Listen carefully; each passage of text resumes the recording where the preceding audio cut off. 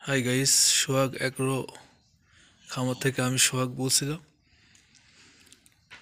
যেটা দেখাচ্ছে আমার শখের খামারে, এটা আর কি এখন সিজন যেহেতু সামার সিজন বলতে কি ফল সিজন। হ্যাঁ, আমার এদের খামারে হিসাবে এই সিজনে বাসা বাড়িতে ম্যাক্সিমাম রাখতে হয় খাবার, দানাদার খাবার নিয়ে একটু আর কি, ছাগল হোক, গরু হোক, ভেড়া হোক, সব কিছুকে আর কি এখন দানার মধ্যে রাখতে হয়। তাই আমার শখের গাড়লের জন্য অল্পের মধ্যে ডিফেন্ট একটা আইডিয়া দিয়ে আর কি তৈরি করলাম। অল্প খরচ, বেশি না।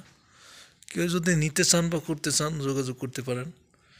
হ্যাঁ, আর কেমন হয়েছে বিষয়টা দেখাতে পারবেন বা বলতে পারবেন আমাকে। হ্যাঁ, 20টা মতো খাইতে পারবে।